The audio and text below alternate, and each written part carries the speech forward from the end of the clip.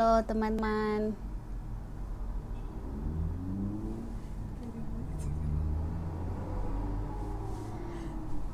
yang baru masuk,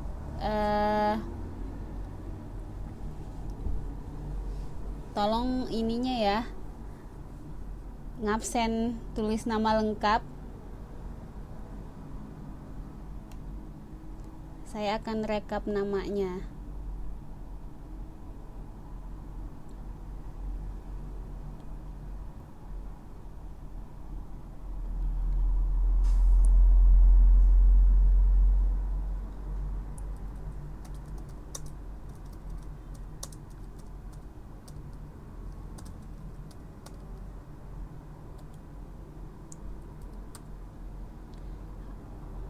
Apa kabar nih Mbak hari ini? Sambil ngabsen dan nunggu teman, ada yang mau cerita?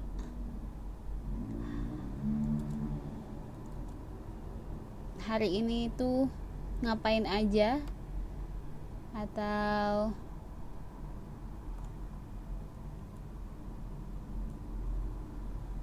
ada kendala kah?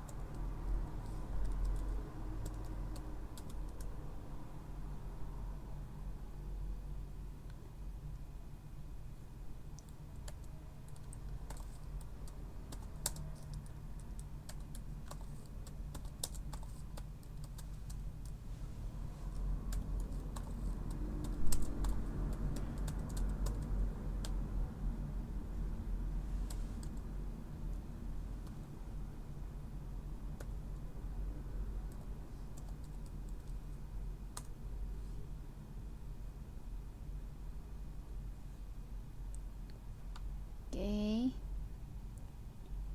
udah ada yang absen tiga orang ya.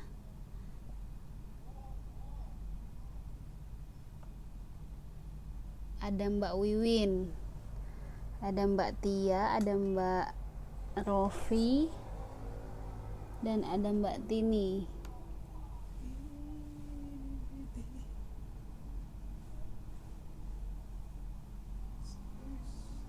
Oh, kata Mbak Tia, hari ini sama kayak hari kemarin, Miss. Ya, hari kemarinnya berarti masih sibuk dengan ngurus apa ya, atau ama? Wah, Mbak Wiwin keren. Ya, sip. Mbak Tini mungkin bisa absen dulu.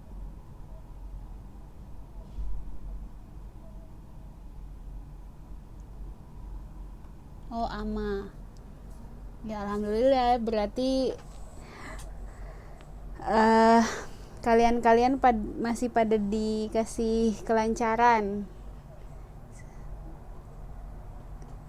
Jadi harinya tuh nggak terlalu ribet lah.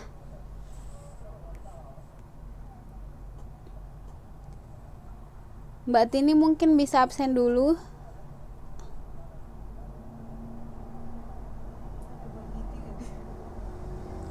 Oh gitu. Oh ya, oke deh. Ada yang bisa bantu Mbak Tini nggak nulisin namanya, nama dan nisnya? Mungkin Mbak Tia tahu nama ininya. Soalnya saya udah rekap tugas-tugas yang sudah dikumpulin. Nah, saya sudah memberikan tugas itu sebanyak 2 ya. Tugas pertama buat teks prosedural sama UTS-nya yang berbentuk tugas juga. Nah, ada yang mengerjakan UTS tidak mengumpulkan tugas pertama, ada juga yang baru mengumpulkan tugas pertama dan belum ada UTS-nya. Makanya saya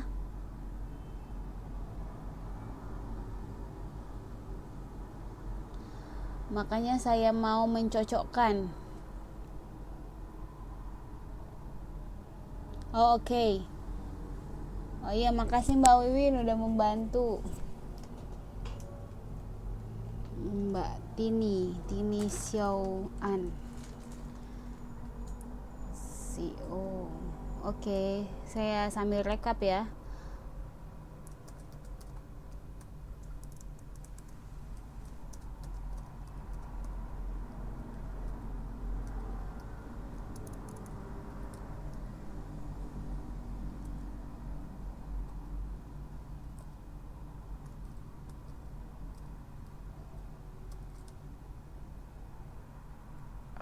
Oke.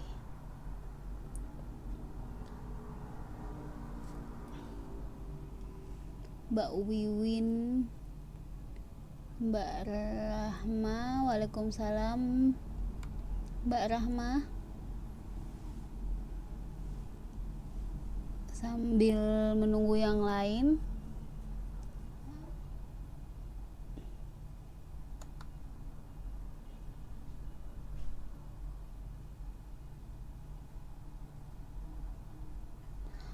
Ada yang mau ini nggak, cerita atau sharing pengalaman tentang atau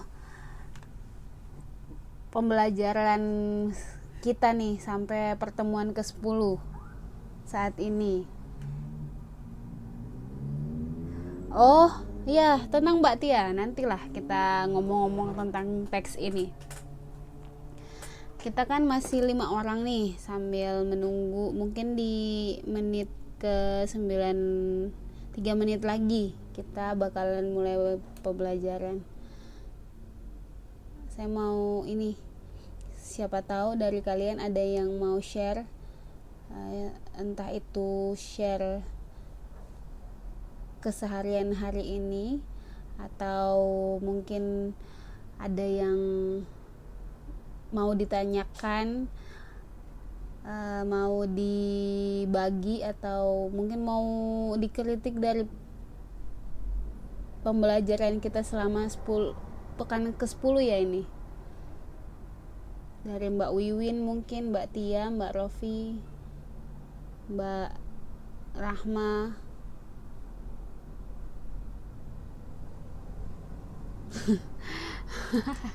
Oh, kata Mbak Tia mau libur takut typhoon.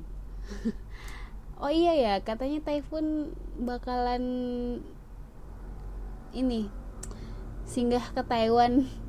Singgah, iya, nyamperin Taiwan weekend ini ya.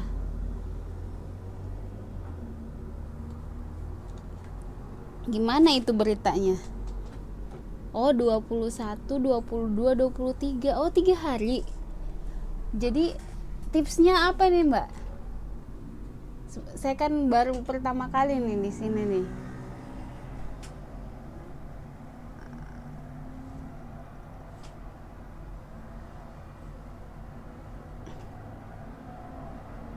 Oh gitu. Siapin makanan ya.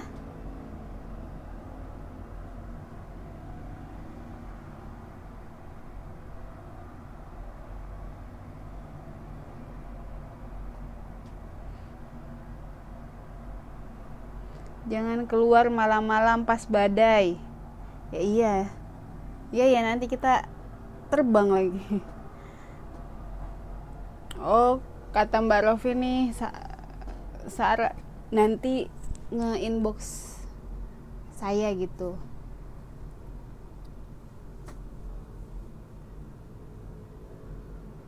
Oh, air nanti sulit dan kotor ya. Oh, oke.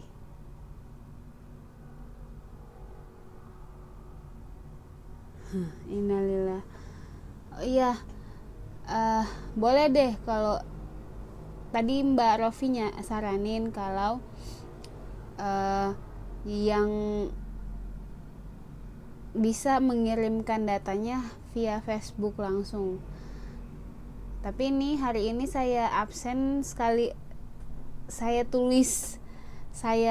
menyuruh untuk tulis nama di sini tuh sekalian buat absen gitu. udah lama nih, ini kayaknya kali pertama saya ngabsen supaya tahu gitu. Oh, namanya Mbak Wiwin Mi itu Mbak Wiwin Muh apa tadi lupa. Mbak Wiwin Umi Wiwin Mukhoyaro. Terus Mbak Tia ini namanya Mbak Sutia. Mbak Tini namanya Mbak Ngatini.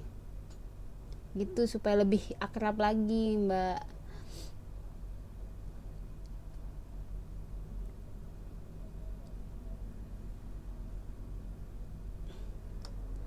Nah, tapi memang yang sering masuk kelas ini cuman kalian-kalian aja ya. Yang paling aktif dan yang emang sering masuk kelas ini.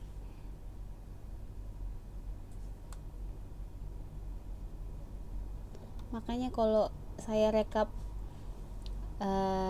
tugas yang sudah masuk, terus ngelihat data-datanya, nah nama ini nih familiar banget nih.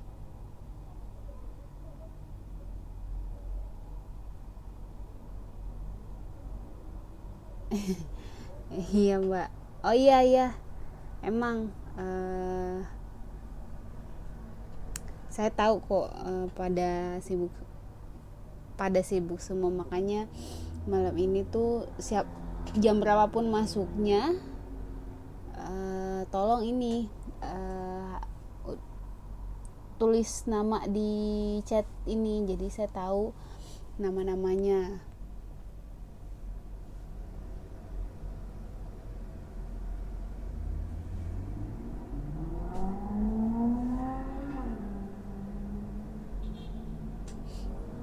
Oh iya, nggak apa-apa Mbak.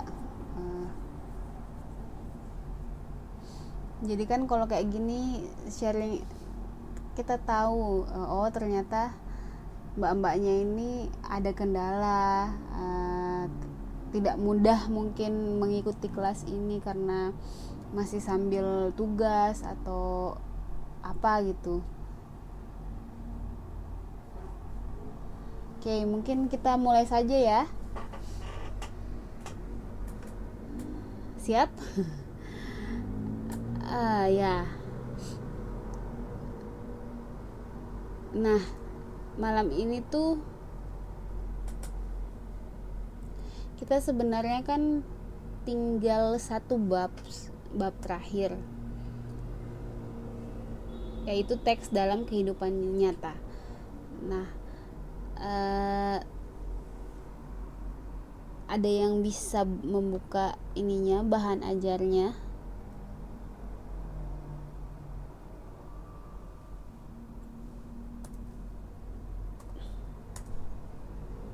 Tunggu ya, kenapa nih gak jalan punya saya?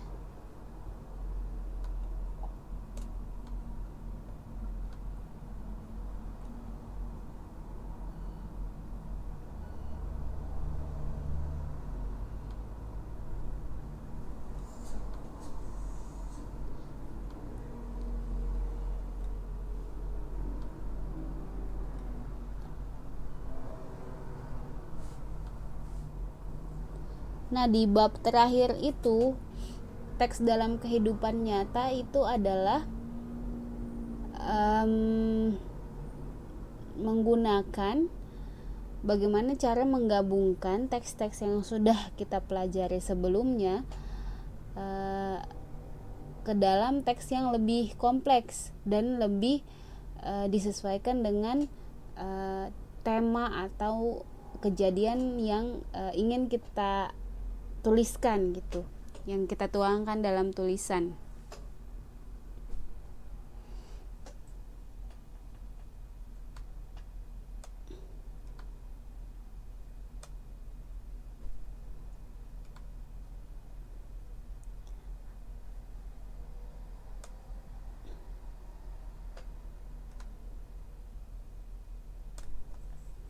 Nah, biasanya teks-teks yang sudah kita pelajari itu seperti teks eksposisi, teks laporan, apalagi teks anekdot,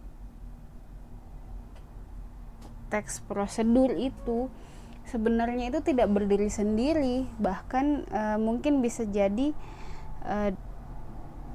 teks itu saling berdampingan. Misal teks laporan dengan teks eksposisi misal, atau teks laporan dengan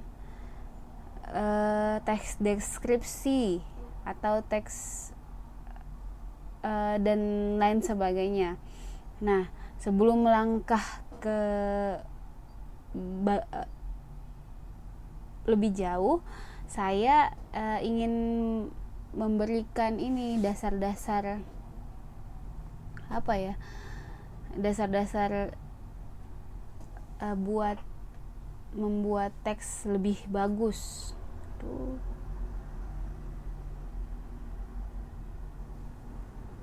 ya.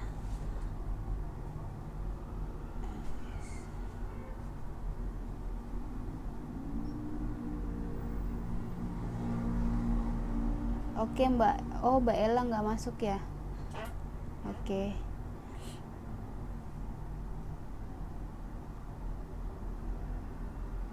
Nah, setelah saya melihat tugas-tugas yang sudah dikumpulkan dan minggu lalu tuh kita mereview beberapa tugas dari kalian, masih terdapat kekurangan dalam misal penyusunan paragraf, pembuatan kalimat, bagaimana membuat kalimat yang efektif. Nah, di situ masih ada kekurangan, maka mungkin kita malam ini akan belajar tentang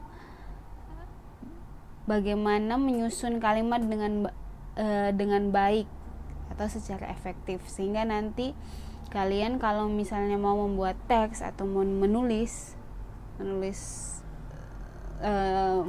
hal apapun, bisa menggunakan teori yang sudah kita pelajari, yang akan kita pelajari malam ini.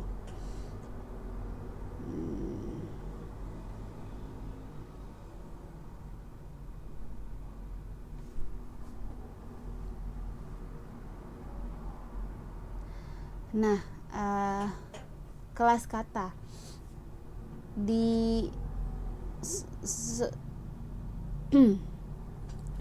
seperti yang kita ketahui bahwa kalimat itu terdiri dari kumpulan kata yang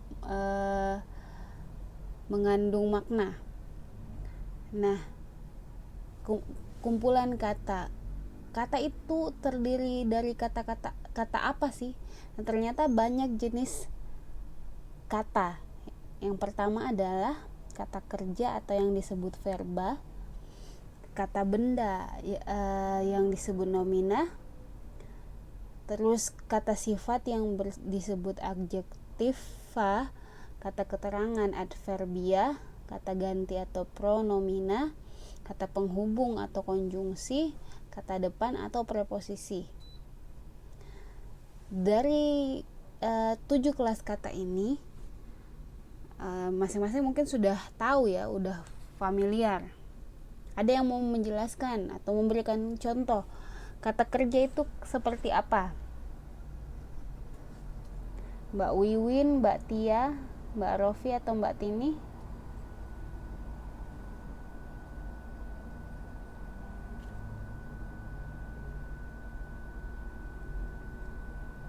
Ayu, ada yang mau?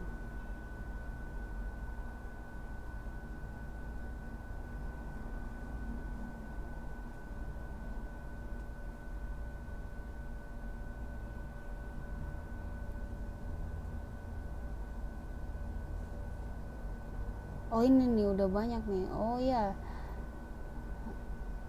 aktif banget ya. Oke, kita lihat. Mbak Tia katanya menulis, menyapu. Mbak Rofi menyapu lantai. menyapu, mendorong.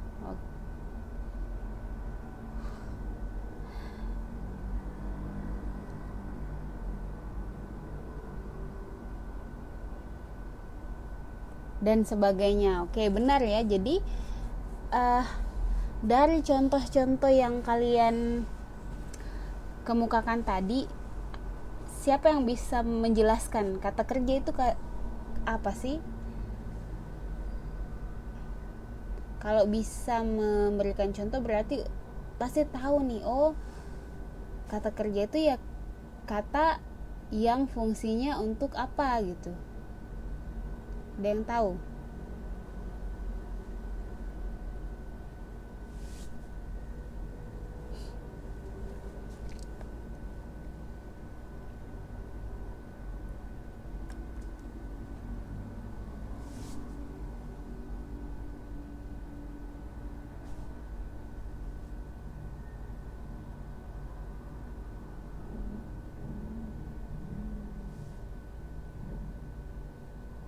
Oke.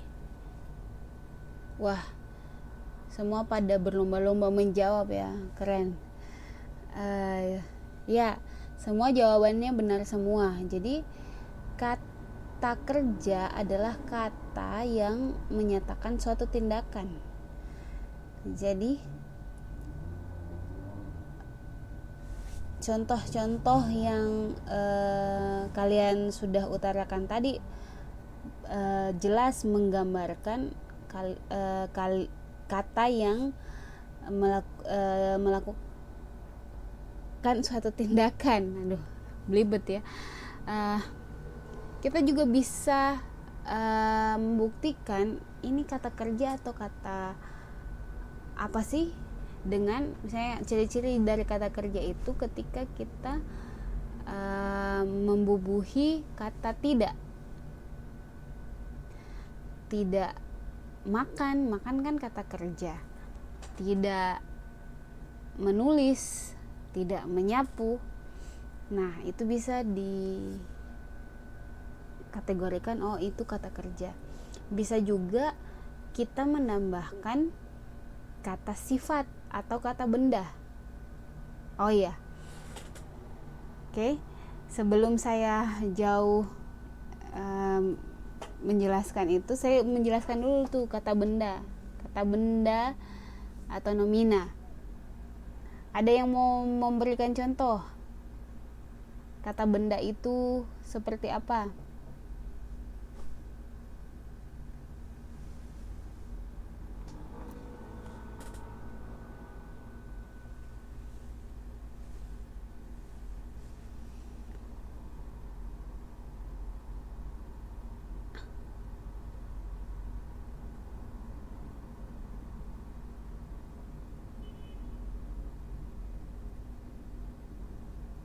Buku, ya Mbak Rofi katanya buku, ya benar.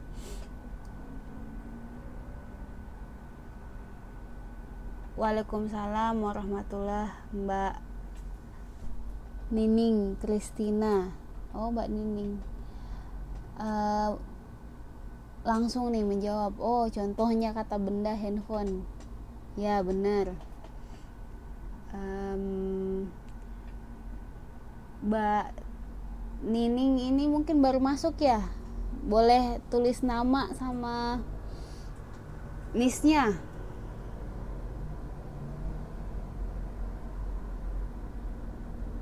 Mbak Wiwin jawabnya tumbuhan. Iya benar, tumbuhan.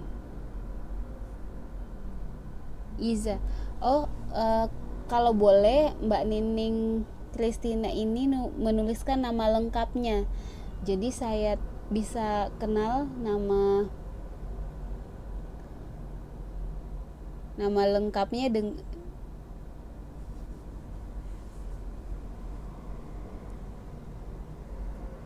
ya itulah. Terus ini Mbak Tia sama Mbak Tini udah ngasih contoh bangku, meja, kursi. Oke. Jadi dari kata benda ini, contoh-contoh yang sudah kalian kasih, kalian tulis di chat itu, ya menunjukkan bahwa kata benda itu adalah kata yang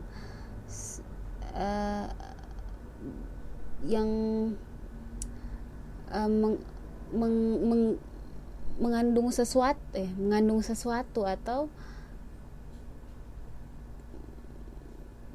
bisa yang tidak bisa melakukan pekerjaan. Iya, menyatakan sesuatu. Benar Mbak Wiwin. Oke, saya rekap dulu.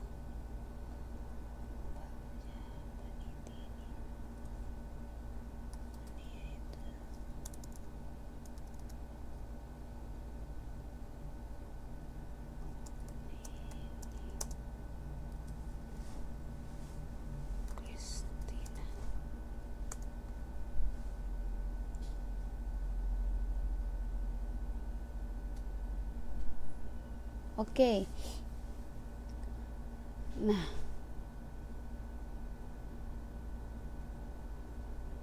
kita lanjut ke kata sifat. Kata sifat adalah kata yang menjelaskan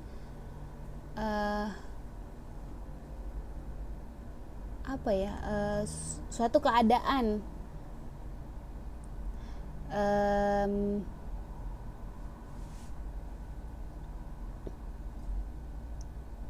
Contohnya, ada yang bisa menjelaskan, memberikan contoh?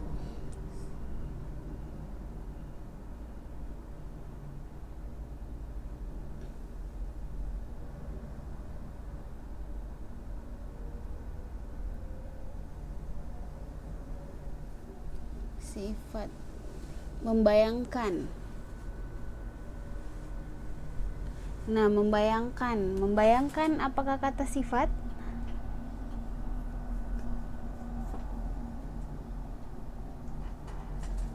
Egois, pemarah, kata Mbak Tia. Oke.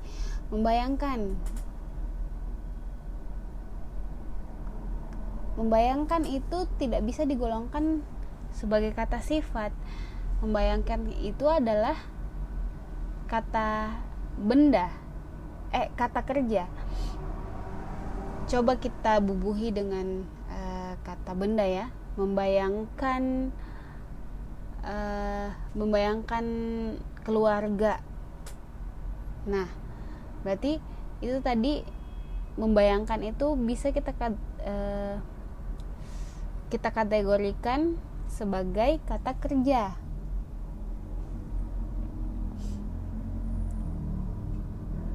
Ya. Nah, beberapa sudah menjelaskan. Oh, ini keras, lunak, kaya, miskin. Oke. Apa tadi? Lemah, lembut. Oke ya, sudah paham semua berarti kata sifat.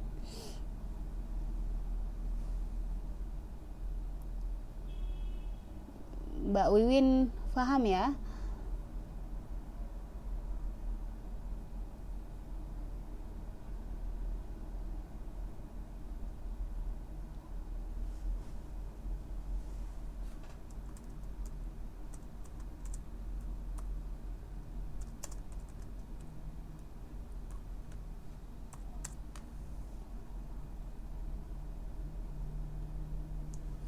Nah, selanjutnya kata keterangan, adverbia. Kata keterangan di sini maksudnya adalah kata yang menjelaskan atau yang melengkapi kata sebelumnya. Misal keterangan misalnya pagi hari, misalnya keterangan waktu misalnya pagi hari, siang hari, malam hari. Terus keterangan tempat, keterangan apalagi, ada yang mau ini? Ya. Jadi kata keterangan adalah kata yang menerangkan kata kerja, kata Mbak Tini. Oke. Oh ya, Mbak Tia dan Mbak Wiwin masih belum move on kayaknya ya dari kata sifat ya. Masih memberikan contoh untuk kata sifat. Sekarang kita membahas kata keterangan. Nah, ada yang mau ngasih contoh nih?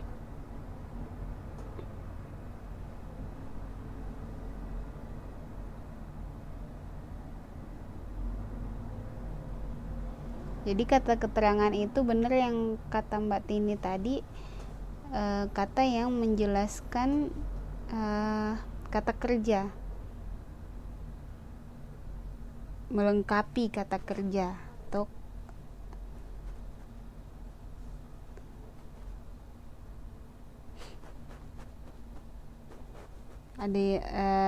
seperti yang sudah saya tadi jelaskan, ada bersifat keterangan waktu, keterangan tempat, keterangan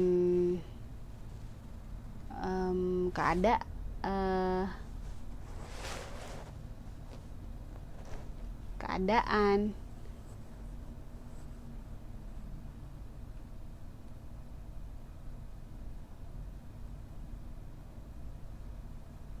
Keterangan alat. Oke. Ya. Jadi semua sudah paham ya, udah ngasih contoh dengan benar. Terus kita pindah kata ganti atau pronomina. Kata ganti ini adalah kata yang fungsinya untuk mengganti kata sebelumnya. Misal saya, kata gantinya aku. Misal kita ganti nama, misalnya Mbak Wiwin di sini. Wiwin kita bisa menggantikan dengan kata dia, atau Mbak Wiwin dan Mbak Tini itu kita gantikan dengan mereka. Oke? Ya, benar sekali. Berarti paham. Lanjut, kata penghubung atau kata konjungsi. Nah, ini ada beberapa macam kata konjungsi. Nanti saya juga akan menjelaskan macam-macam konjungsi. Fungsi dari kata konjungsi ini adalah untuk menghubungkan kata atau kalimat. Nah, pemilihan konjungsi ini harus tepat dalam pembuatan kalimat atau paragraf, sehingga itu membantu membuat alur tulisan kita lebih bagus, atau alur cerita yang mau kita buat lebih tepat. Terus kata depan, preposisi. Kata depan ini biasanya kita temukan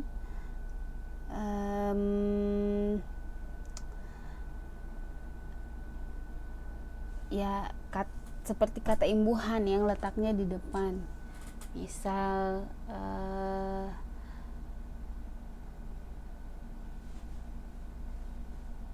di lokasi. Nah, preposisinya adalah di yang letaknya berada di depan. Oke, Mbak Tini jawab ke salah satunya atau dari. Ya, benar.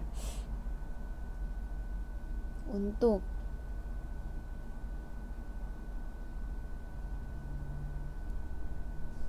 Oke, kita move ya.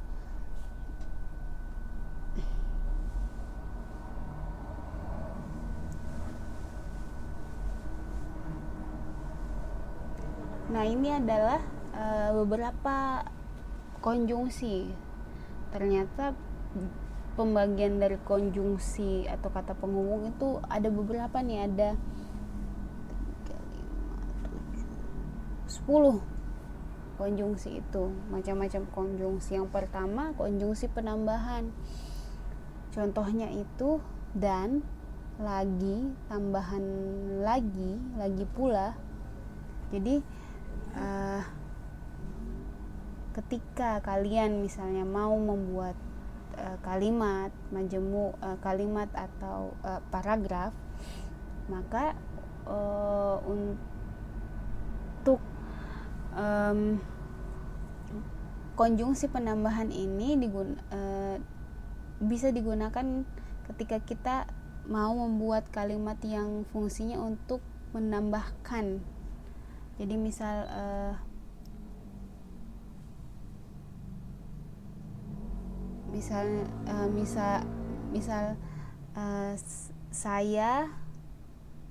saya pergi ke sekolah, ibu pergi ke sekolah. Jadi untuk menggabungkan itu kita memakai fungsi, kita menggunakan konjungsi penambahan, contohnya dan, saya dan ibu pergi ke sekolah, seperti itu. Terus konjungsi urutan, contohnya seperti lalu, kemudian, setelah itu. Oke. Terus konjungsi pilihan misalnya atau konjungsi perlawanan misalnya tetapi, sedangkan, namun, sebaliknya, padahal.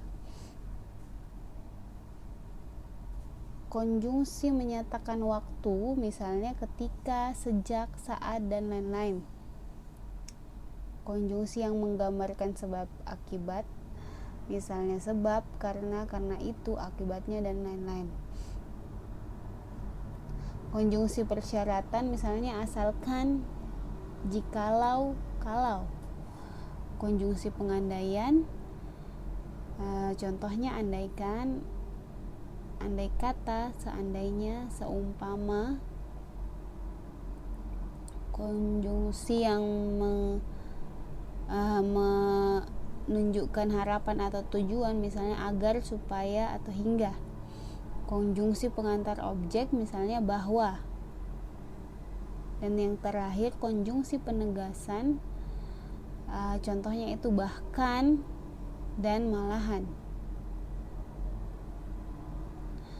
Nah, ada konjungsi yang paling terakhir namanya konjungsi pengantar wacana. Misalnya adapun, maka, jadi. Oke ya. Waalaikumsalam Mbak Purwi Diansyah, silakan bergabung.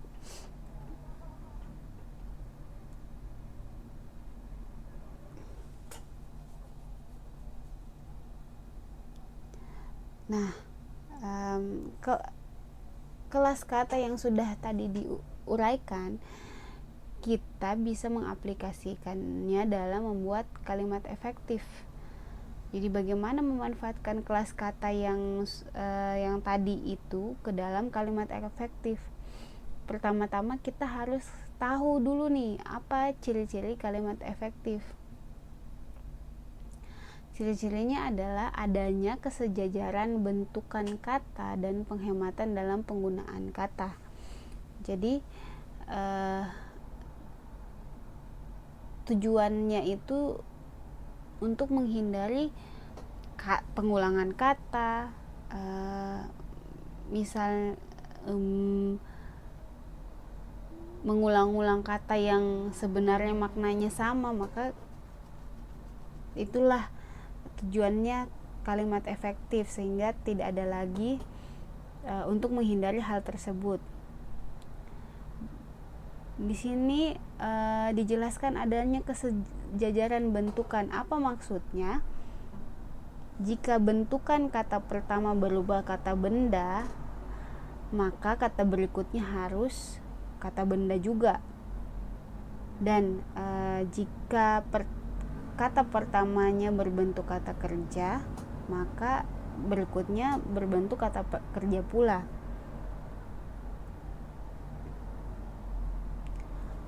Oh iya, oke. Mbak yang baru bergabung boleh tulis nama asli dan NIS-nya.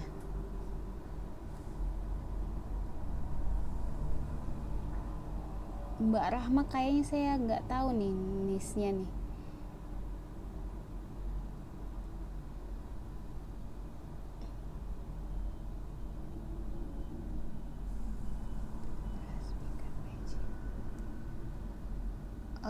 Oke. Saya rekap dulu ya.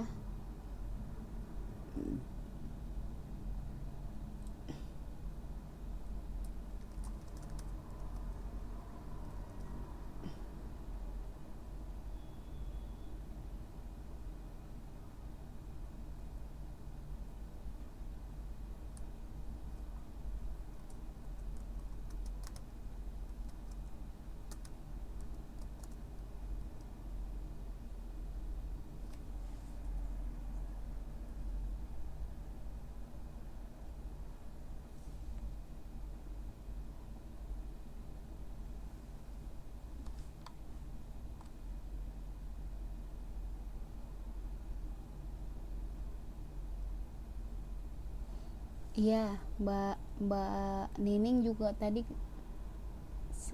belum menuliskan NIS-nya.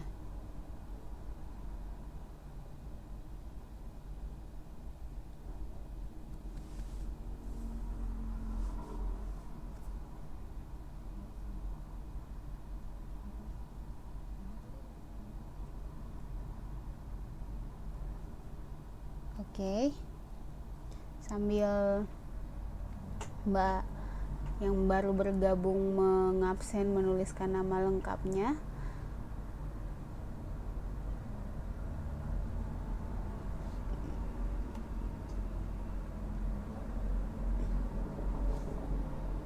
Kita lanjut ya.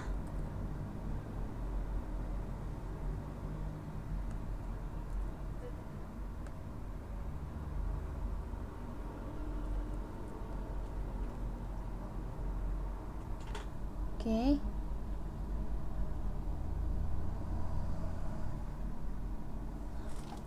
Nah, ini saya akan memberikan beberapa contoh bagaimana cara membuat kalimat efektif. Di sini ada contoh kalimat yang kurang efektif, maka kita coba membuat itu efektif. Ada yang bisa ini nggak? Bisa membaca? Atau ada yang mau membaca? Nih, ada yang mau membaca kalimat tidak efektifnya dan ada yang baca kalimat efektifnya. Oke, Mbak Tia, kita mulai dari Mbak Tia dulu ya. Contoh nomor 1.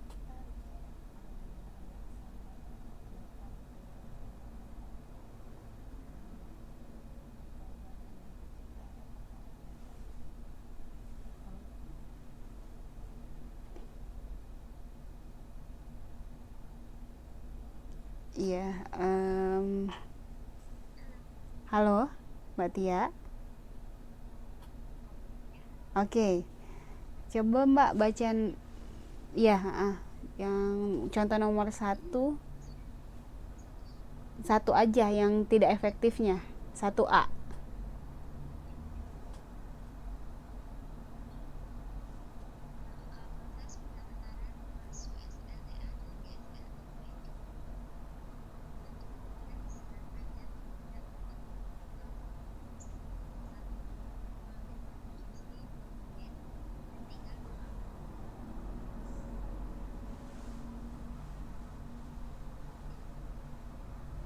Oke,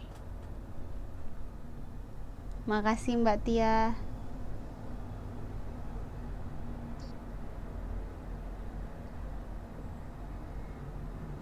Nah itu tadi Mbak Tia sudah membaca. Nah saya kasih ke Mbak Wiwin untuk membaca kalimat efektifnya. Tunggu ya, saya nyalain mic-nya.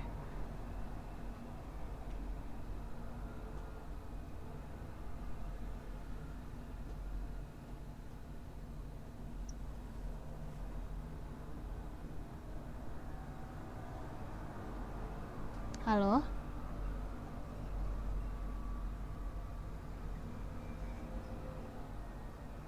Ya, tolong Mbak baca nomor 1B.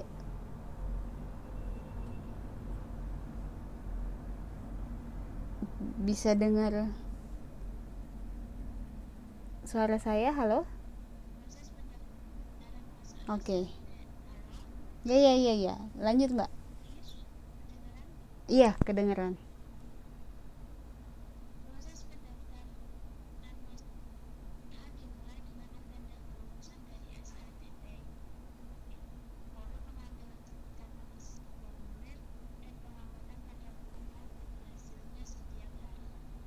Oke.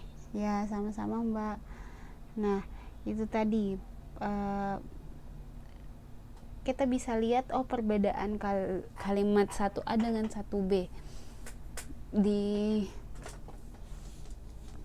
kalimat pertama ini, 1A ini, kita lihat ada kata dimulai dengan diserahkannya tanda kelulusan.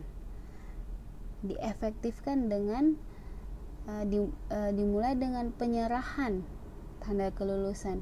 Diserahkannya dengan penyerahan itu, diserahkannya itu seperti kata apa ya,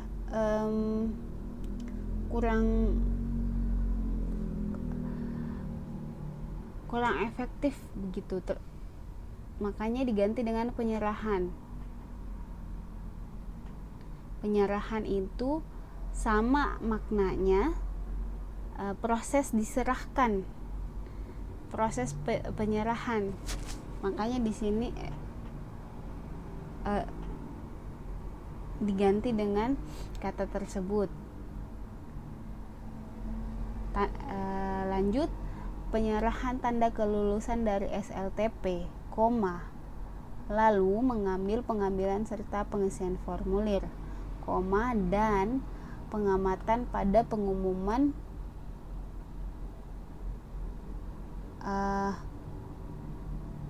hasilnya setiap hari. Nah, di sini kita bisa lihat kalimat pertama itu full satu kalimat, dan di akhir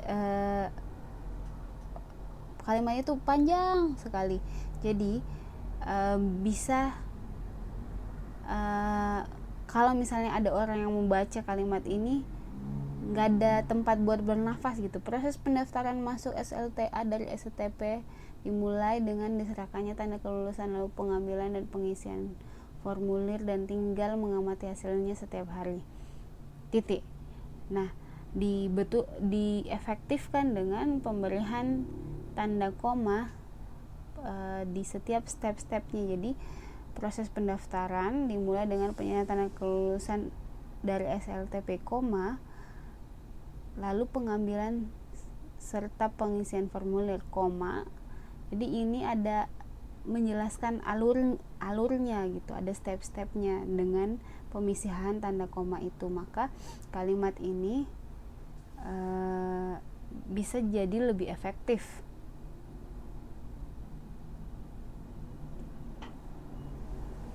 Halo?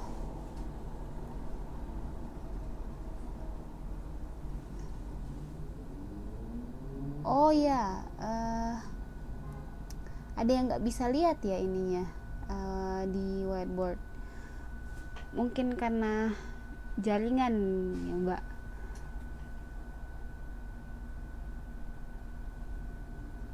Iya, sinyalnya merah. Jaringan saya jelek kayaknya.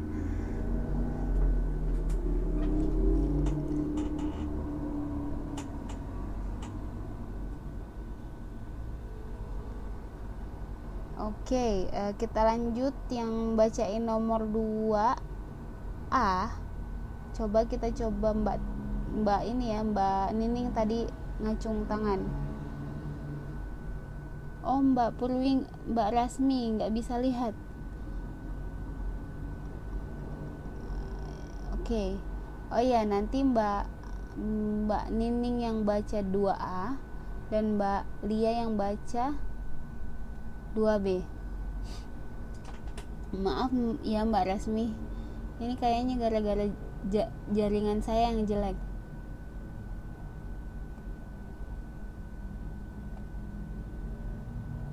Mbak Rasmi bisa menyimak nanti ininya, rekamannya. Mana Mbak Nining? Oke, Mbak Nining 2A ya, saya nyalakan mic-nya.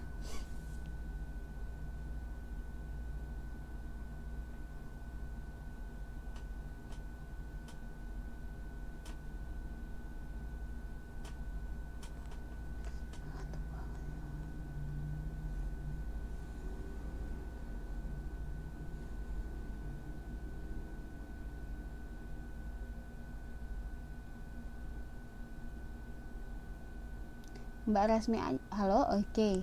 Mbak Nining, halo Mbak. Tadi udah ada suaranya kok Mbak Nining, halo.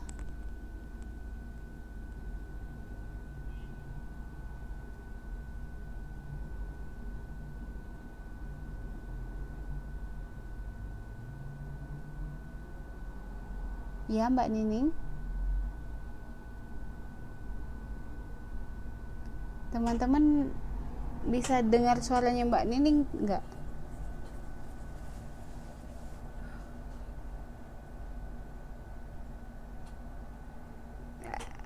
Saya nggak bisa dengar suaranya Mbak Nining. Tapi kalau misalnya yang lain bisa mendengarkan suaranya Mbak Nining, lanjut aja Mbak Nining. Ya, udah ada nih suaranya. Halo? Mbak Nining coba baca 2A.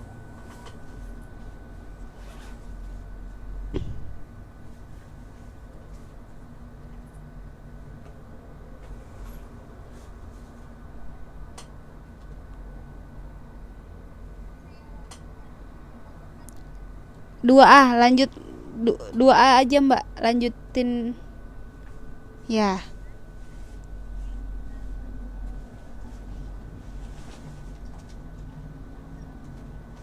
Oke, makasih Mbak Nining.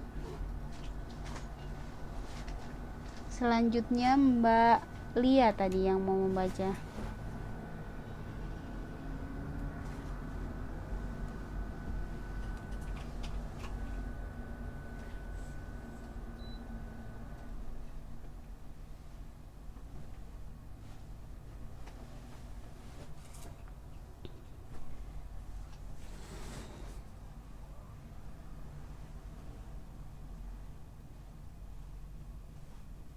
Iya, saya juga nggak dengar suaranya Mbak Nining, tapi teman-teman Mbak dengar suaranya kok, jadi nggak apa-apa.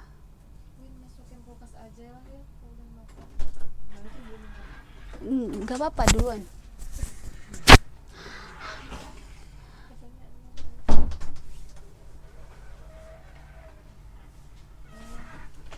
Iya, katanya Mbak Wiwin denger suara Mbak Nining merdu katanya. Oke, Mbak Lia,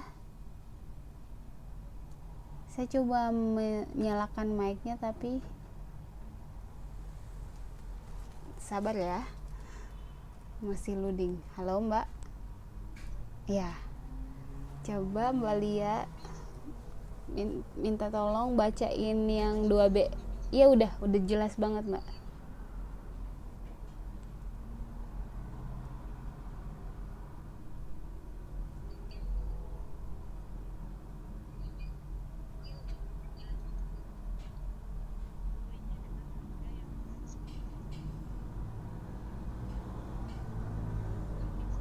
Oh iya, makasih Mbak. saking saya terlena nih dengan suaranya Mbak Lia nih. Lupa. Udah selesai. Oke, kita lihat perbedaannya. Kalimat pertama, kamu boleh tinggal di rumah ini dengan sewanya dibayar setiap bulan, atau kau bisa membelinya dengan harga yang telah disepakati. Perubahannya itu kamu boleh menempati rumah ini dengan membayar sewanya setiap bulan, atau kau dapat membelinya dengan harga yang telah disepakati. Nah, di sini letak perbedaannya adalah dengan sewanya dibayar itu tidak efektif, sehingga diganti dengan membayar. Jadi langsung ke pokok kegiatan atau apa yang kita mau gambarkan itu dengan membayar sewanya setiap bulan. Oke, jadi letak perbedaannya tuh di sini ya. Sewanya dibayar dan dengan membayar. Nah, dengan kata ini kita bisa lihat, apa yang tadi saya jelaskan. Ciri-ciri kalimat efektif itu harus ada kesetaraan antara kalimat yang ingin kita gabungkan. Nah, kita lihat di kalimat kedua, atau kau bisa membeli dengan harga yang telah disepakati. Nah, membeli itu fungsinya kan di situ membeli. Kata kerja, berarti lebih baik kata yang sebelumnya pun harus disetarakan. Jadi dengan sewanya dibayar setiap bulan, maka digantilah dengan membayar. Jadi lebih imbang dan lebih enak dilihatnya atau dibacanya gitu. Oke ya. Selanjutnya ada yang mau menyumbangkan suaranya lagi untuk membaca?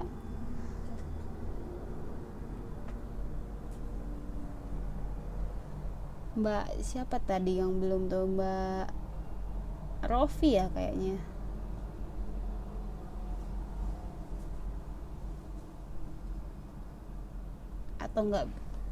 Atau Mbak Rahma yang belum ada suaranya.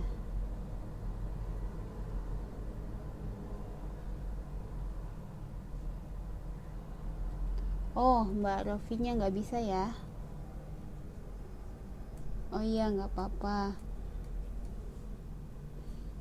Coba Mbak Rasmi lihat di layar, atau masih belum kelihatan?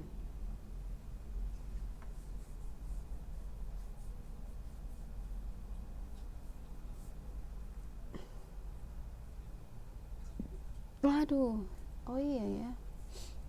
Sinyalnya di sana merah nggak?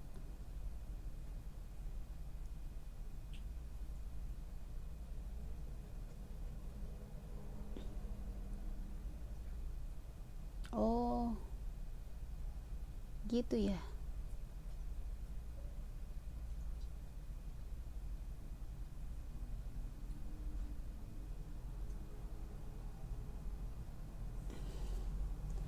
Oke, mungkin bagusnya Mbak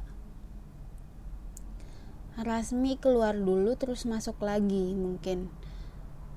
Jadi siapa tahu bisa berubah sinyalnya. Mbak Rofi ya, nggak apa-apa Mbak, dimaklumi lah. Oke, kita lanjut. Mbak yang lain mungkin kembali ke Mbak Rahma. Nggak bisa ya Mbak Rahma. Mbak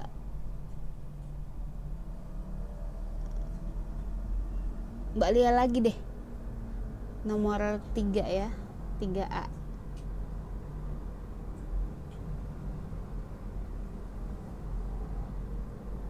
Oke, Mbak Lia.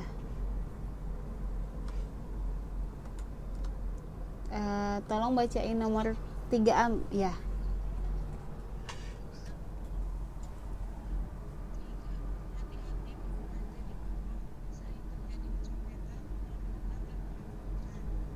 Oke, makasih.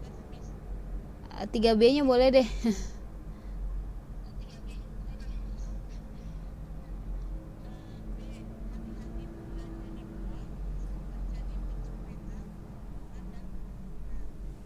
Oke, makasih Mbak. Nanti Mbak. Oke, makasih ya Mbak Lia. Nah, kita lihat di sini perbedaannya. Hati-hati berbelanja di mall. Sering terjadi kecopetan, penodongan dan perampokan. Nah, kita di sini perbedaannya adalah kecopetan diganti pencopetan. Balik lagi ke penyetaraan kata yang digunakan. Kecopetan, penodongan dan perampokan. Nah, kecopetan di sini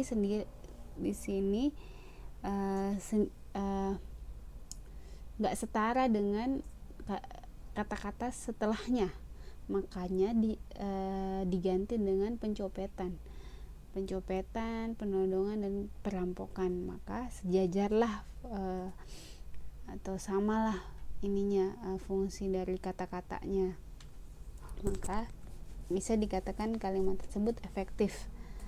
Jadi kalau mbak-mbak nanti mau membuat kalimat yang baik dan lebih efektif, maka gunakanlah atau lebih jeli lagi memperhatikan kata yang digunakan gitu. Itu ya. Lanjut di kalimat 4. Kalimat 4 mungkin bisa dibacakan. Oke, Mbak Tia lagi. Tadi Mbak Lia katanya masih mau membaca, tapi kita bagi-bagi lagi ya ke temen yang lain. Mbak Tia nanti baca 4A, Mbak Wiwin baca 4B.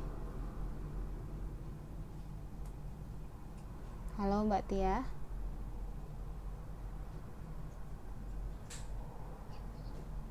Oke, bisa dibacakan 4A.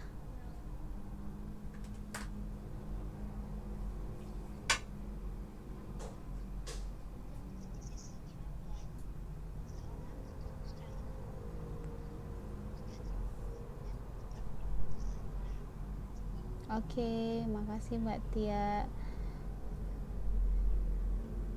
Suaranya imut ya. 4B-nya bisa ya, Mbak Wiwin. Bisa dibaca oleh Mbak Wiwin. Ya. Monggo Mbak dibaca.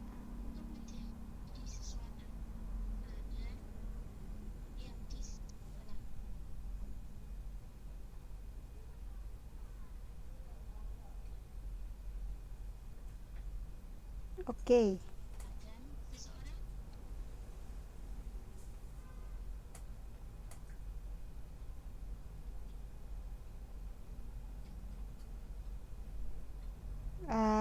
Oke, makasih Mbak Wiwin. Yang lain pada dengar kan suaranya Mbak Wiwin?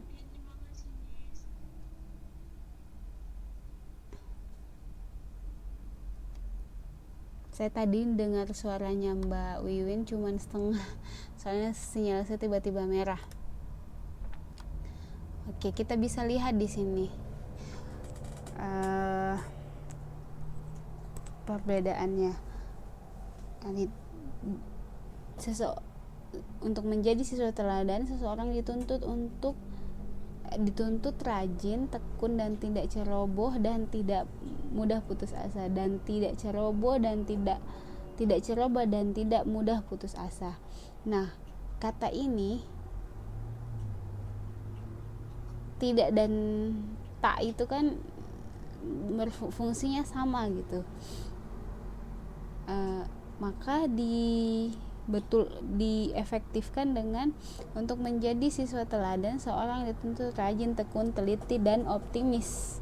Optimis di sini menggambarkan kata tidak mudah putus asa, dan ceroboh di sini diganti, tidak ceroboh di sini diganti dengan kata teliti. Maka kalimatnya singkat tapi lebih padat makna gitu ya.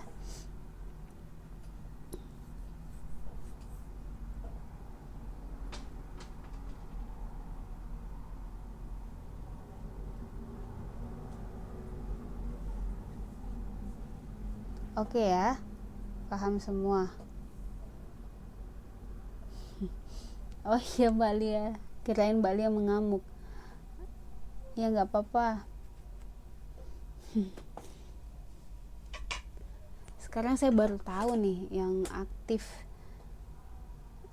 pada ini ya, suaranya pada imut-imut.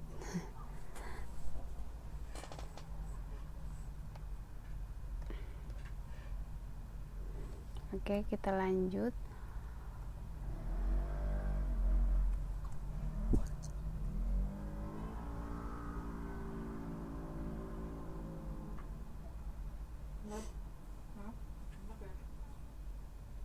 Apa?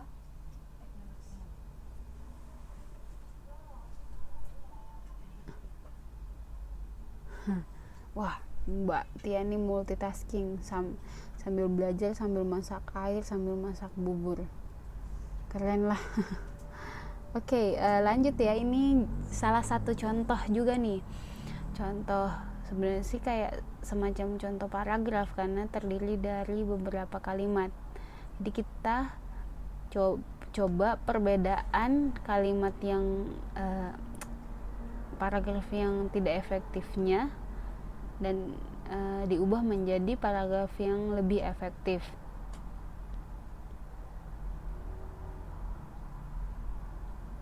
Yang ada yang membaca lagi supaya lebih semangat kelasnya. Ini contoh terakhir.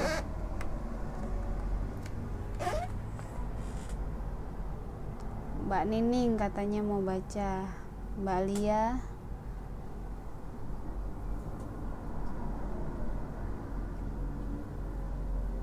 Mbak Rofi dan Mbak Rahma nggak bisa ini ya, tandanya nggak ada mic-nya, cuman bisa mendengarkan.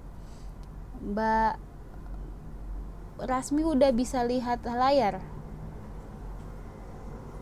Mbak Purwi, Rasmi Purwi Diansyah ya namanya. Oke, udah kelihatan ya. Nah sekarang bagian Mbak Rasmi membaca kalimat tidak efektifnya. Boleh deh dibaca kalimat tidak efektifnya dan kalimat efektifnya. Oke, saya nyalain mic-nya.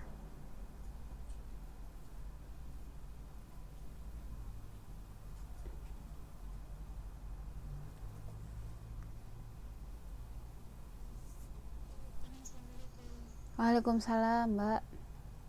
Akhirnya bisa membaca juga. Oke Mbak, iya silahkan.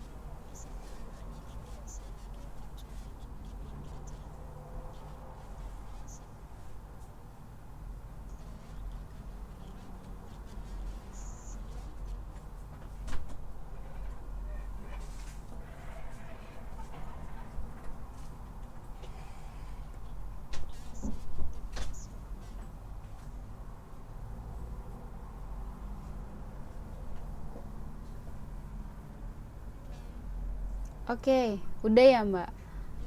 Halo. Oke, makasih Mbak. Ya walaupun saya dengarnya Mbak Purwinya membacanya setengah aja, soalnya tiba-tiba suaranya nggak jelas, sinyal saya merah lagi. Tapi alhamdulillah teman-teman lain pada dengar ya. Nah jadi ini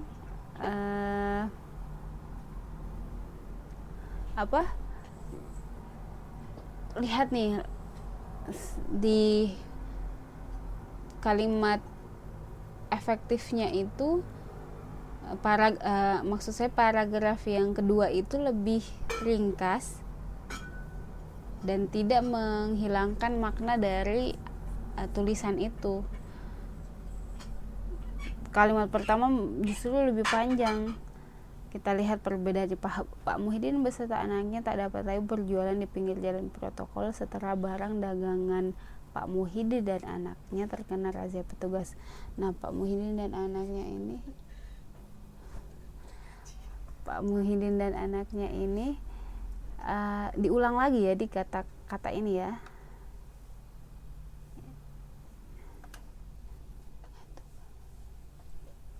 Nah, terus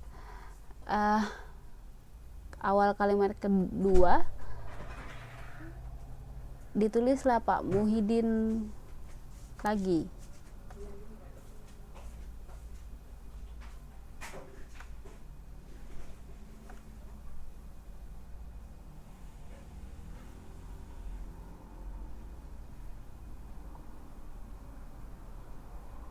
Nah, kita lihat gimana mengefektifkan paragraf ini. Pak Muhyiddin beserta anaknya tidak lagi berjualan di pinggir jalan protokol setelah dagangan mereka terkena razia petugas Pamong Praja. Nah, setelah barang dagangan, jadi Pak Muhyiddin di sini diganti dengan kata mereka. Ya, itu adalah kelas kata pengganti. Jadi Pak Muhyiddin dan anaknya diganti dengan kata mereka. Karena razia petugasnya ini lebih dijelaskan lagi. Oh, petugas siapa? Petugas Pamong Praja. Oke, silahkan Mbak Wiwin.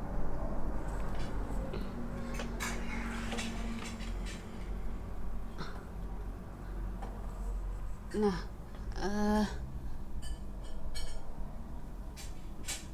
kita bisa lihat ya perbedaannya. Nah, Pamong Praja di sini diganti lagi nih. Pamong Praja, Pak Muhyiddin, diulang lagi kata Pak Muhyiddin. Nah, untuk mengefektifkannya diganti dengan kata iya. Iya, Pak Muhyiddin itu iya atau dia itu sama aja ya. Kata gantinya menjelaskan menggantikan kata orang ketiga tunggal.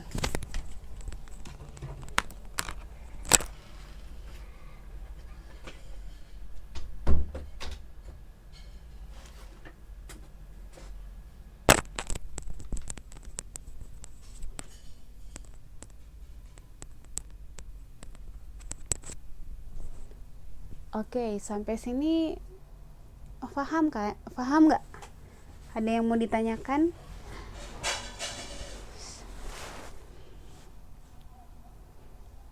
Atau udah pada ngantuk? Oh iya, alhamdulillah paham. Mbak Tia paham. Mbak Lia paham. Oke. Nah, setelah kita tahu nih, oh ternyata selama ini kita bisa menganalisa atau mempelajari bahwa selama ini tuh saya membuat karangan saya atau karya tulis saya atau laporan tugas-tugas saya masih sering menggunakan kata yang berulang atau masih sering menggunakan kata yang bukan kurang tepat ya, kurang efektif. Ada kata yang lebih kena lagi dan lebih ringkas gitu, tanpa menghilangkan makna dari kalimat yang ingin ditulis. Jadi perlahan tuh dengan latihan bisa kita atau peka ya, oh ini enaknya gantinya ini, lebih efektifnya ini ya. Oke, Mbak Rofi silahkan.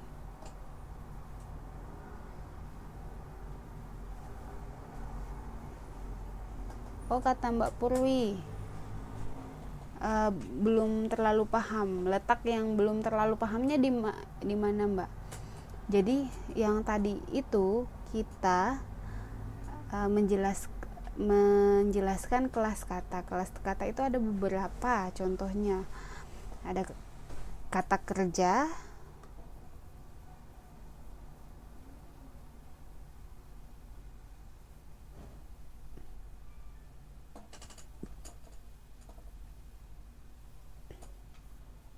ini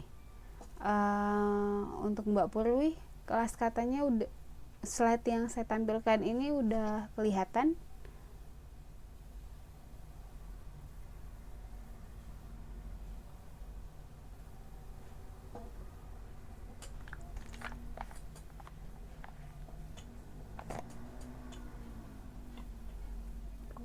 Oh, berarti dari tadi itu nggak ada yang, slide-nya tuh nggak ada yang kelihatan ya? Baru slide terakhir.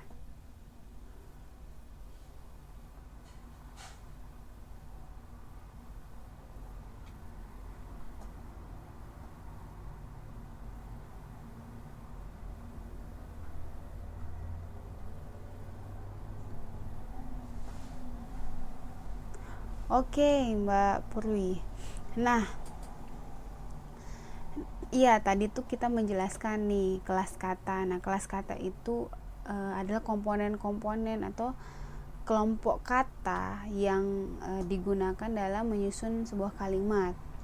Yang seperti kita ketahui kan, kalimat itu adalah kumpulan beberapa kata yang polanya ada subjek, ada predikat, ada objek, yang memiliki makna, diakhiri dengan tanda titik. Nah, kumpulan katanya itu ternyata kata-kata itu ada banyak jenisnya, ada beberapa jenis, yaitu bisa lihat di slide-nya itu ada 7. Nah, tadi teman-teman yang lain sudah memberikan contoh dari jenis-jenis kelas kata yang ada di sini. Selanjutnya, konjungsi. Nah, konjungsi ini salah satu dari kelas kata. Nah, konjungsi ini adalah kata penghubung yang fungsinya untuk menghubungkan kata demi kata atau kalimat, satu kalimat kalimat satu dan kalimat yang lain dijadikan satu dengan kata penghubung ini, atau paragraf yang lain dan paragraf satu dan paragraf lain digabungkan, dihubungkan dengan kata konjungsi ini.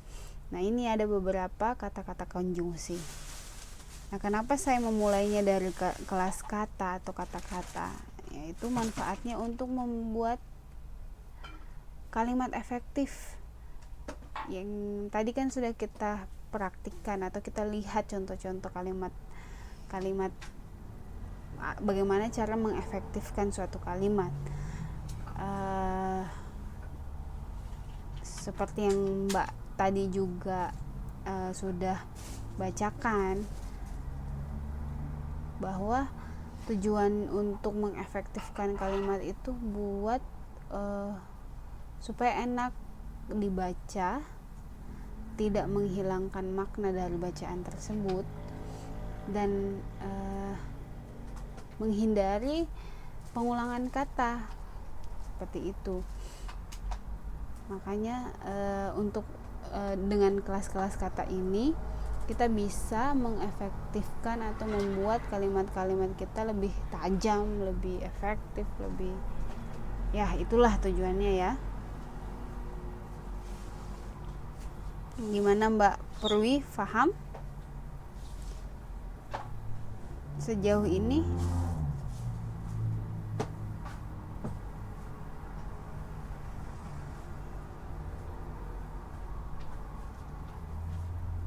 Oke, alhamdulillah ya.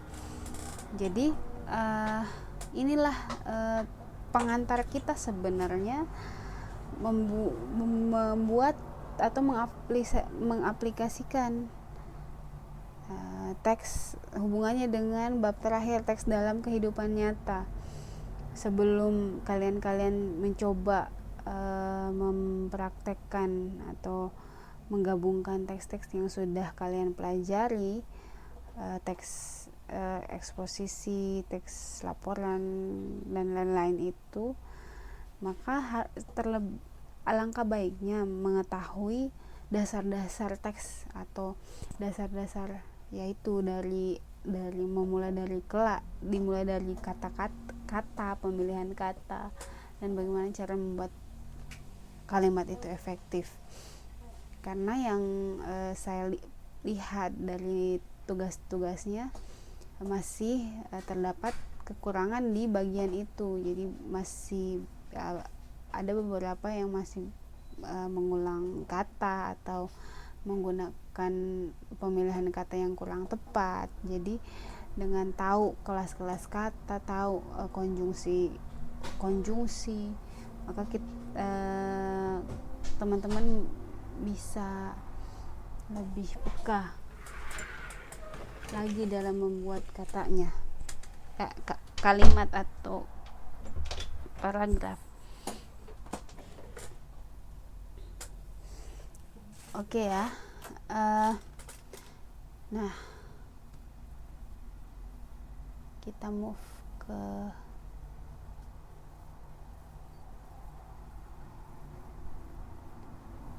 Nah di sini nih, ini kayaknya salah satu dari teks teman kalian yang sudah mengumpulkan tugas UTS-nya. Kita bisa lihat, cobalah kita praktekkan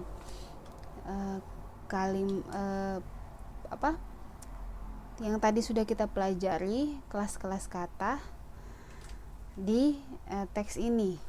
Coba kita praktekkan di di paragraf pertama dulu ya. Ada yang merasa punya tugas ini?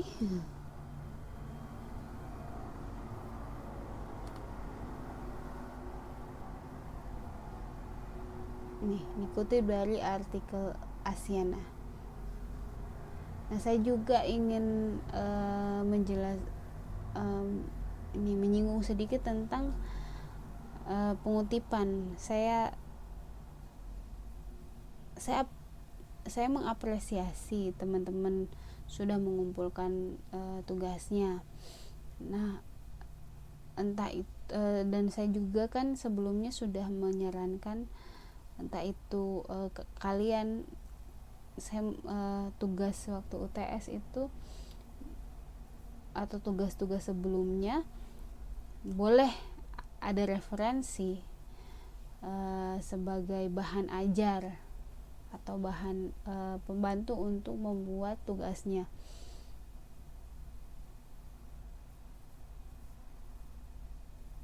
Referensi berarti bisa sebagai bahan ajar ya, sebagai bahan pembelajaran. Jadi bisa sebaiknya Mbak juga menuangkan idenya di dalam hal itu, atau menambahkan lah ide Mbak sendiri di teks itu gitu. Jadi kita bisa mengukur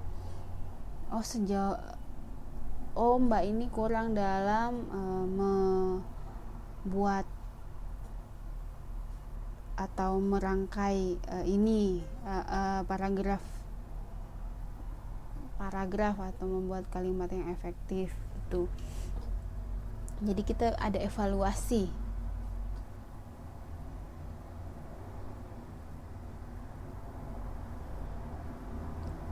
Oke, Mbak Tia nanya selesainya jam berapa? Masih ada 27 menit lagi, Mbak.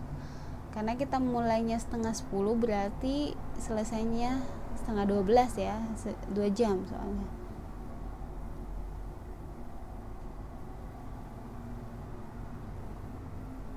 Mbak Lia katanya belum absen. Boleh Mbak, tulis lagi deh.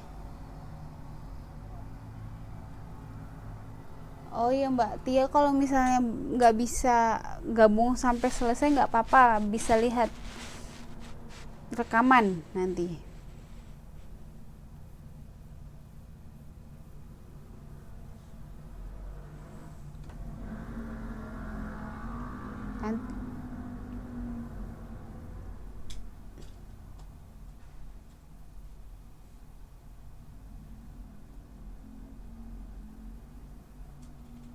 Iya ya, nanti insya Allah saya pekan depan saya coba lagi lebih awal ininya, jadi bisa selesainya juga cepat sampai jam yang kayak biasa jam 11. Sekarang suara saya hilang lagi kah?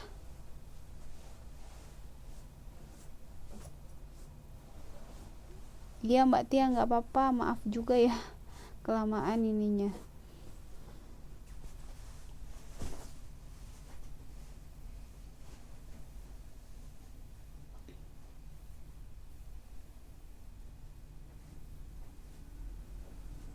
Oke, siap. One an Mbak Tia.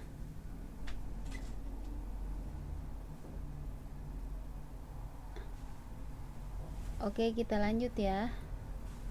Yang belum absen tadi Mbak Lia ya, Mbak Lia bisa kasih ininya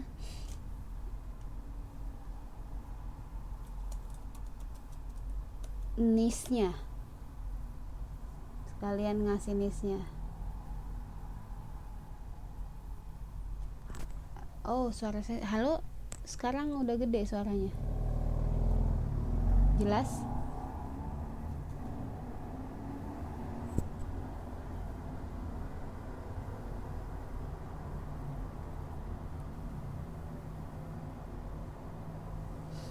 Oke Mbak Lia, bisa ngasih ininya, sekalian tulisin ininya Mbak, nih nisnya.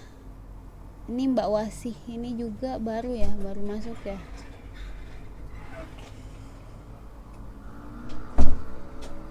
Mbak Wasih bisa tulis namanya, nama lengkap dan nisnya.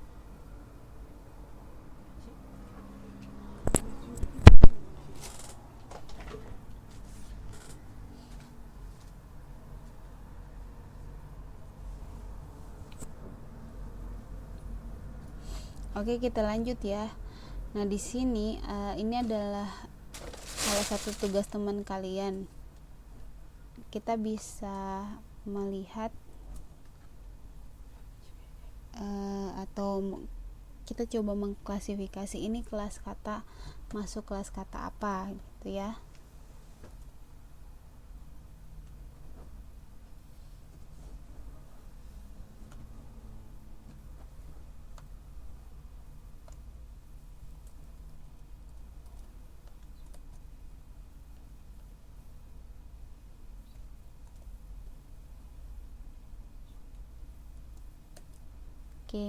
Oke Mbak Wasi, saya catat.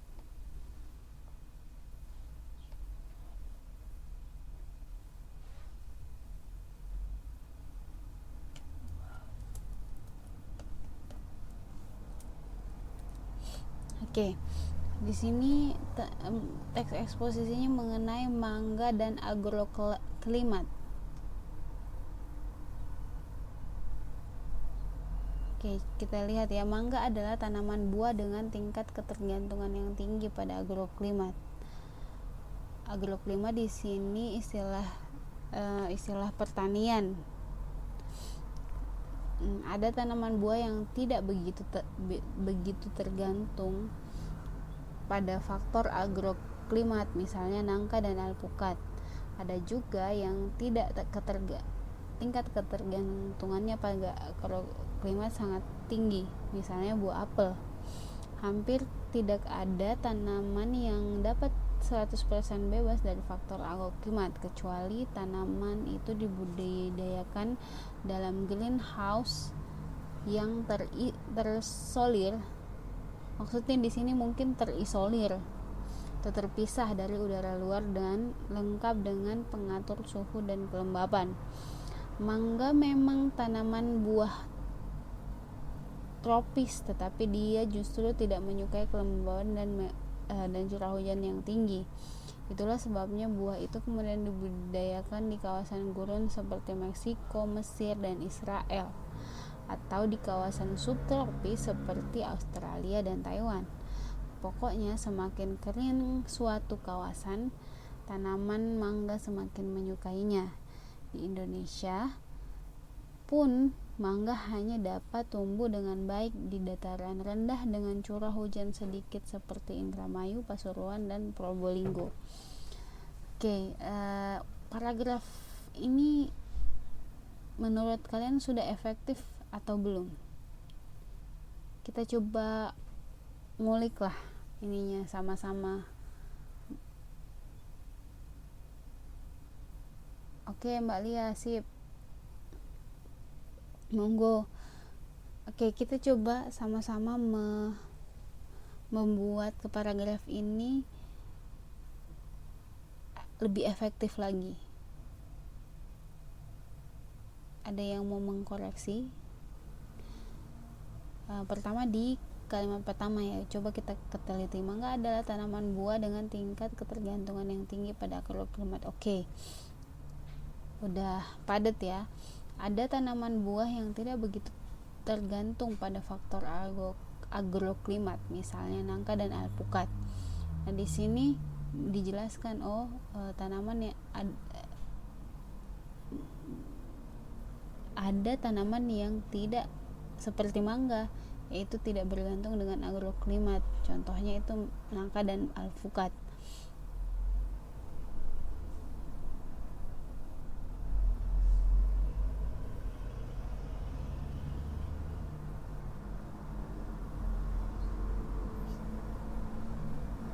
Nah, yang ketiga itu kalimat ketiga, ada juga yang tingkat ketergantungannya pada agroklimat sangat tinggi, misalnya buah apel. Bisa tidak kita mengefektifkan dua kalimat ini? Patokannya kita di awal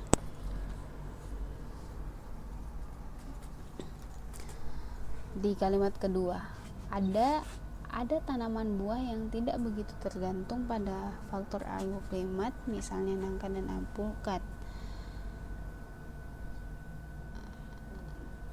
Kita coba memakai konjungsi deh untuk untuk lebih mengefektifkan. Kita lihat tadi ada beberapa konjungsi.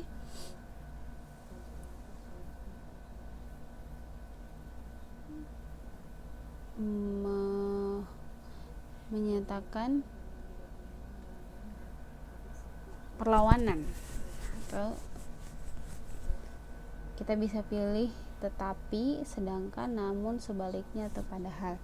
Jadi kita coba ya tambahkan di sini menjadi satu kalimat. Ada tanaman buah yang tidak begitu tergantung pada faktor agroklimat, misalnya nangka dan alpukat. Dan sebaliknya ada juga yang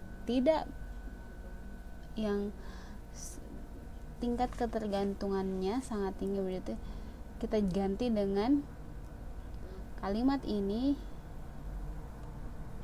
beberapa kata ini kita coba mengganti. Kalimat kedua dan kalimat ketiga kan menjelaskan pertentangan ya, ada yang bergantung dan ada yang tidak begitu bergantung.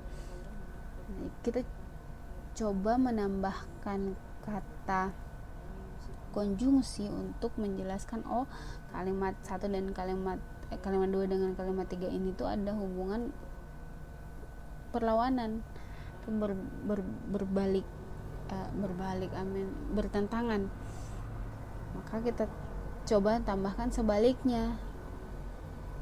Jadi di sini tuh kita tambahkan sebaliknya.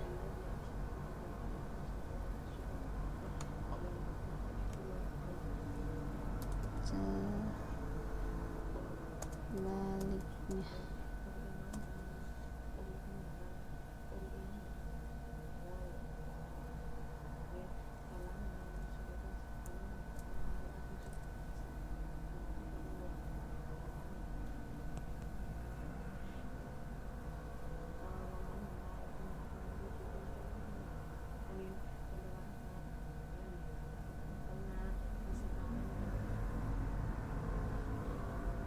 Oke, kita ini ya, coba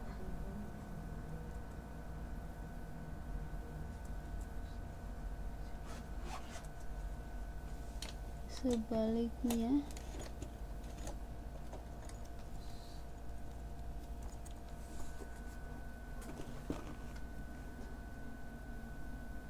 Nah, sebaliknya koma. Ada juga yang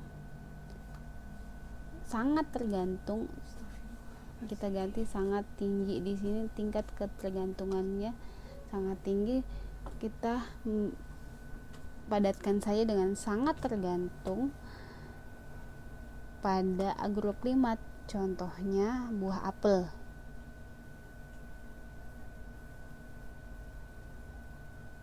Oke, sepakat ya. Nah, terus kita lanjut, hampir tidak ada tanaman yang dapat 100% bebas dari faktor agroklimat kecuali tanaman itu dibudidayakan dalam greenhouse yang terisolir dari udara luar dan lengkap dengan pengaturan dan suhu kelembaban. Mangga memang tanaman buah tropis, tetapi dia justru tidak menyukai kelembaban dan curah hujan yang tinggi. Itulah sebabnya, ini lebih enaknya kita kasih koma ya di sini. Itulah sebabnya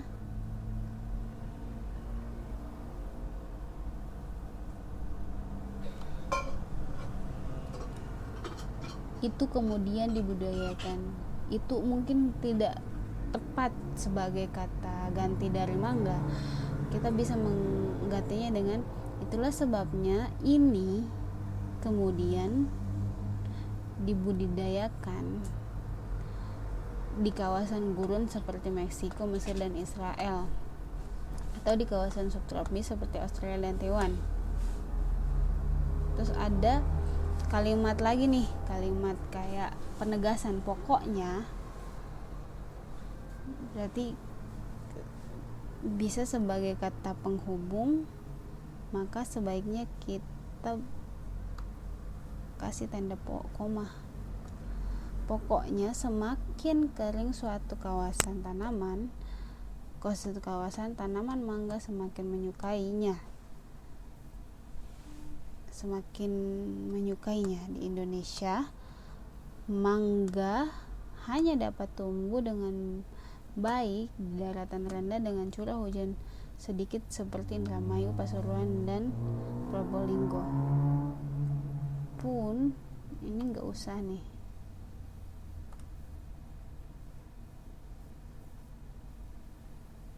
Nah, jadi setelah diefektifkan versi saya ya, siapa tahu kalian memiliki versi lain. Mangga adalah tanaman buah dengan tingkat ketergantungan yang tinggi pada agroklimat. Ada tanaman buah yang tidak begitu tergantung pada agroklimat, misalnya nangka dan alpukat. Sebaliknya ada juga yang tingkat ketergantungan ada juga yang sangat tergantung pada agroklimat, misalnya buah apel. Frase ini saya ganti menjadi sangat tergantung pada agroklimat ya. Misalnya buah apel, hampir tidak ada tanaman yang dapat 100% bebas dari faktor agroklimat kecuali tanaman itu dibudidayakan dengan dalam greenhouse yang terisolir dari udara luar dan lengkap dengan pengaturan suhu dan kelembaban. Mangga memang tanaman buah tropis, tetapi dia justru tidak menyukai kelembaban dan curah hujan yang tinggi. Itulah sebabnya komanya di sini habis sebabnya. Itulah sebabnya buah itu kemudian dibudidayakan di kawasan gurun seperti Meksiko, Mesir, dan Israel, atau di kawasan subtropis seperti Australia dan Taiwan. Pokoknya, semakin kering suatu kawasan, tanaman mangga semakin menyukainya. Di Indonesia hanya dapat tumbuh dengan baik di dataran rendah dengan curah hujan sedikit seperti Indramayu, Pasuruan, dan Probolinggo. Kalau yang lain nih, ada versi lebih enak gak kalimat menurut kalian, kalimat efektif yang sudah saya buat? Sepakatkah atau boleh kalian tambah, oh kayaknya ini kurang miss, atau kayaknya lebih enaknya gak diganti, atau kayaknya ini digantinya seperti ini gitu. Gimana mbak tanggapan kalian? Paragraf pertama dulu ya.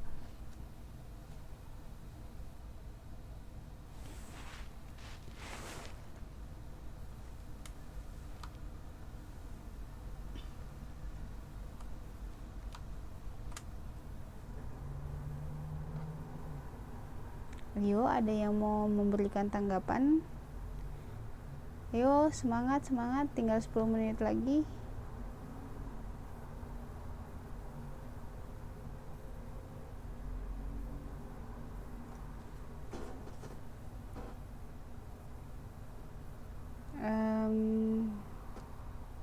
Jangan-jangan saya ditinggal tidur ini semua.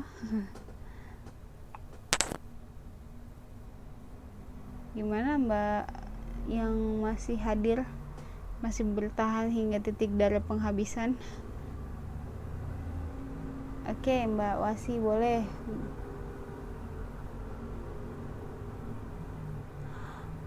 Itu punyanya Mbak Purwi, ya nggak apa-apa. Kalau nggak apa-apa kalau banyak salah Mbak, kan belajar namanya.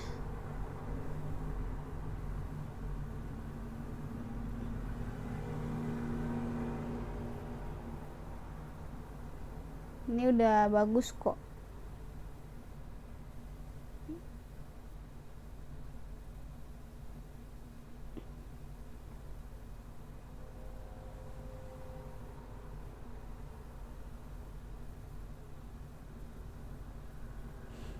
Nggak apa-apa Mbak Purli. Umur, keren banget ya. Tapi semangat sekolahnya keren lah Mbak. Harusnya saya nggak panggil Mbak Purwi, berarti ya ibu ya. Nggak apa-apa.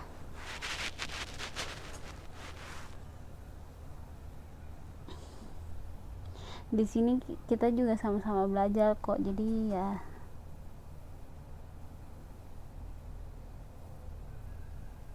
berani bisa belajar dari kesalahan.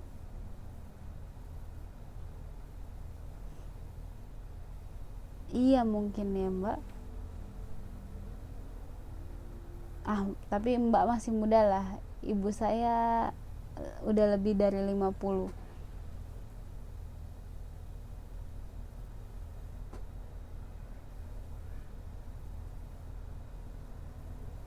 Ya nggak apa-apa Mbak. Ada tugasnya aja udah. Saya menghargai lah semua mbak-mbak yang sudah mengumpulkan tugas, yang masih semangat untuk ikut kelas ya, di sela-sela kesibukannya yang padat banget, mau semangatnya tinggi untuk menuntut ilmu itu luar biasa.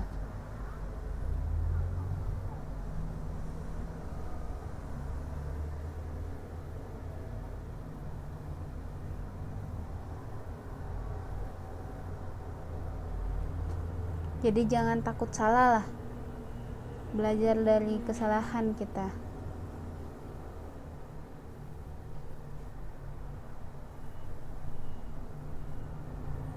Ya bunda ya, kita panggil bunda ini, Bunda Purwi.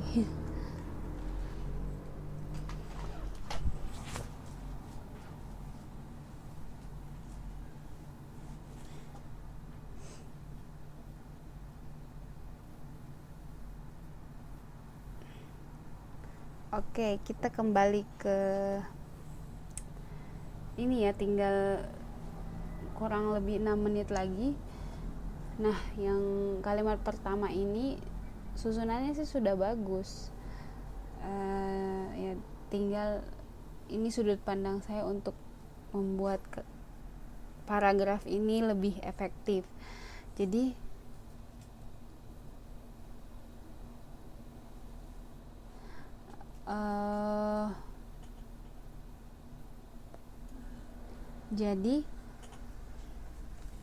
siapa tahu di antara kalian ada yang bisa membuat atau bukan membuat, ada versi kalimat efektifnya yang lebih bagus atau beda dengan saya, atau ada yang mau memberikan tanggapan mengenai kalimat efektif yang tadi saya buat, bisa kita sharing di sini.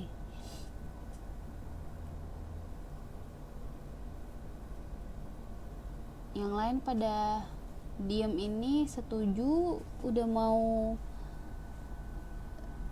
tidur atau gimana nih?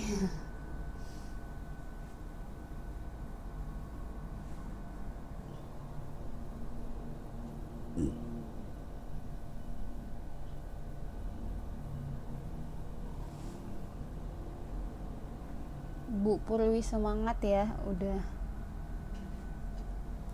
ini semangat belajarnya keren lah, patut dicontoh sama mbak-mbak yang lain.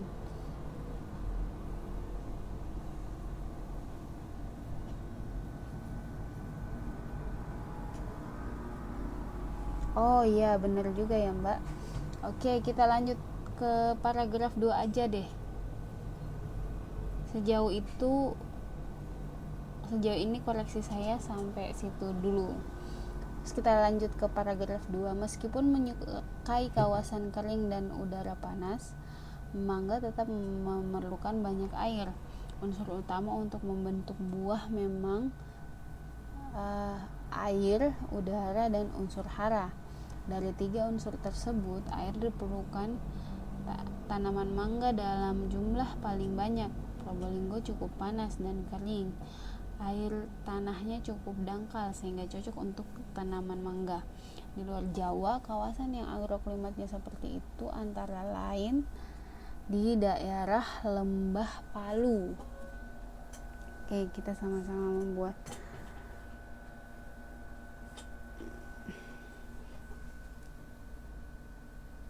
Meskipun menyukai kawasan kering dan udara panas, mangga tetap memerlukan banyak air. Oke.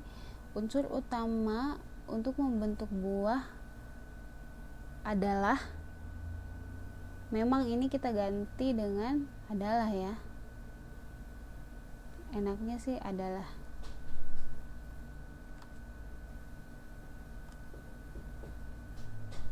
Kita ganti dengan adalah air, udara, dan unsur hara. Dari ketiga unsur tersebut, air diperlukan tanaman untuk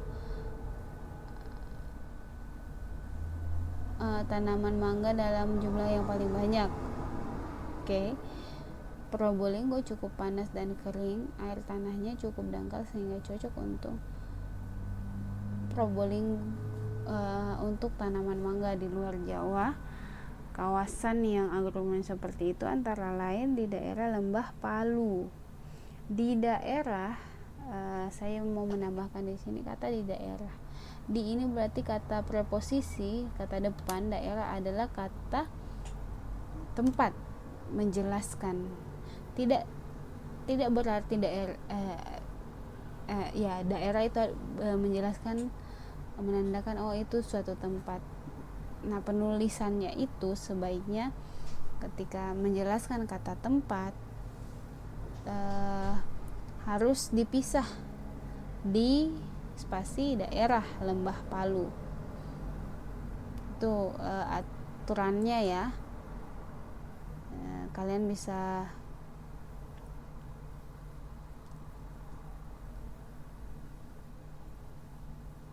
mempraktekannya nanti. Nah, yang terakhir ini sampai paragraf 3 ini kayaknya cocok waktunya udah mepet.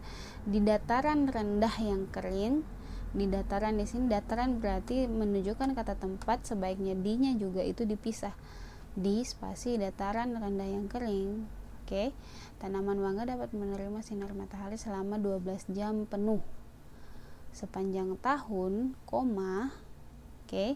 sepanjang tahun, matahari berperan untuk pembentukan buah. Semakin intensif sinar matahari, semakin manis buah yang dihasilkan.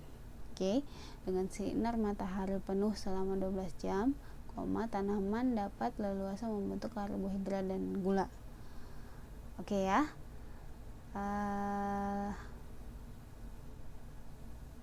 Yang terakhir mungkin masih ada 30 detik. Indonesia terletak di kawasan tropis, memang mempunyai banyak variasi agroklimat. Ada kawasan yang ekstrim kering dan ada juga yang ekstrim basah. Ada dataran tinggi yang dingin dan ada pula dataran rendah yang panas. Kontur basah yang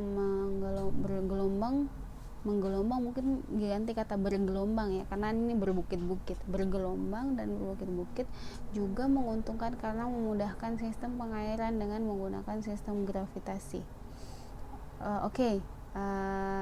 Karena waktunya udah mau habis, saya pamit ya.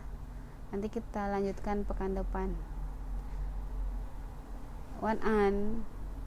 Assalamualaikum warahmatullahi wabarakatuh. Selamat beristirahat semua.